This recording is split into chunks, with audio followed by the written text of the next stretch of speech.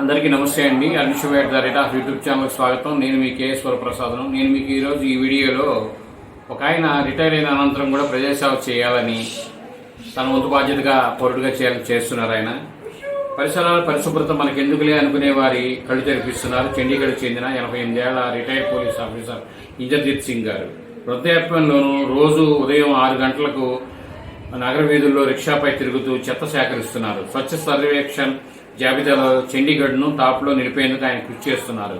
గుర్తింపు కోరుకొని ఈ నిశ్శబ్ద యోధుడికి వందనం అని పారిశ్రామికవేత్త అన్ మహీంద్ర గారు ఒక ట్వీట్ అనేది చేశారు. అంతే కదండి, మన పని మన ఇల్లు మనం శుభ్రం చేసుకోవడానికి మనకు నానా తిప్పలు పడుతుంటాం. ఆయన ఎంతో శ్రమించి నగరం అంతా చెత్త సేకరించి రిక్షాతో ఆయన ఒక ఆఫీసర్ అయి ఉండి ఆయన మనందరం ధన్యవాదాలు చెబుదాం.